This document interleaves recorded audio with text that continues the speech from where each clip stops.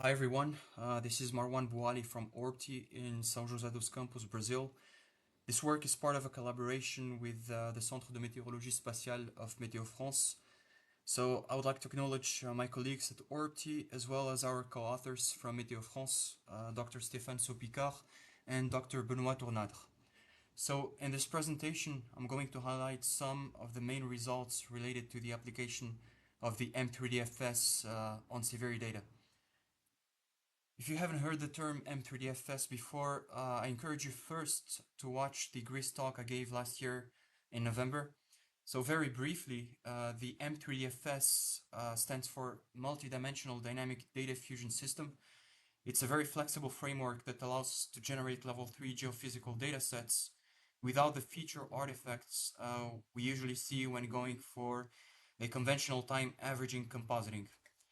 And since SEVIRI acquires data at a very high temporal resolution, it provides a very good opportunity to generate daily level 3 SST with a much higher coverage compared to other infrared sensors on board polar orbiting satellites like MODIS, VIRS, AVHR. So here's the experimental setup for this study. Basically, we used level 3 hourly SST from SEVIRI for the year 2007. And we applied two different methods to generate daily level 3 SST. So the first method is based on the standard compositing, and the second one uses the same data as input for the M3DFS. So here's a map that represents SST for July the 10th over the Mediterranean Sea using time averaging, and here's a similar map obtained with the M3DFS. And I can switch back and forth between these two maps, and we notice very little difference between these two data sets. So we conducted a statistical validation using NOAA's IQUAM system. And since the validation is done on daily SST, we only used coastal, tropical moored buoys, and Argo floats. And here are the graphs that represent the bias on the left and the standard deviation on the right for both methods. And as we can see from these figures, both products have indeed the same statistical performance, which is actually not surprising because at the moment the M3DFS is coded to ensure this property.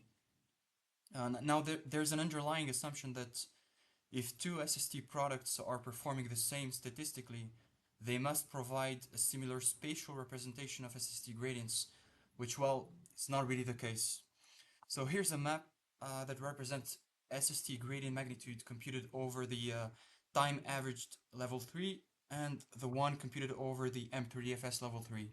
And now, as we switch back and forth, the differences become quite obvious, with some features disappearing and other ones actually preserved. Now, since these feature artifacts have a signature in the spatial domain, they are also going to affect the temporal variability of observed SST gradients.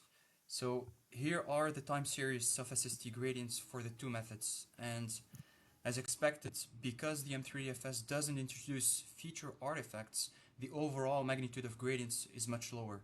But more interestingly, we can actually quantify the impact of these artifacts on the overall magnitude of gradients by simply subtracting these two time series.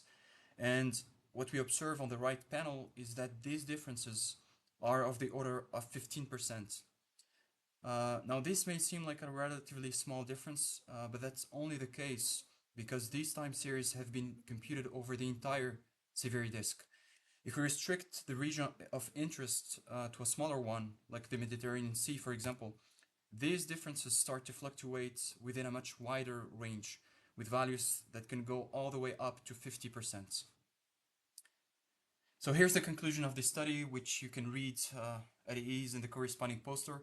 I'll just summarize all these points from a user perspective, which is that we have to be extra careful about the scientific conclusions that we draw when analyzing the spatial temporal characteristics of SST gradients, and that's mostly because those conclusions are very dependent on the SST product that we select. So thanks for watching, and if you have any questions, feel free to email me.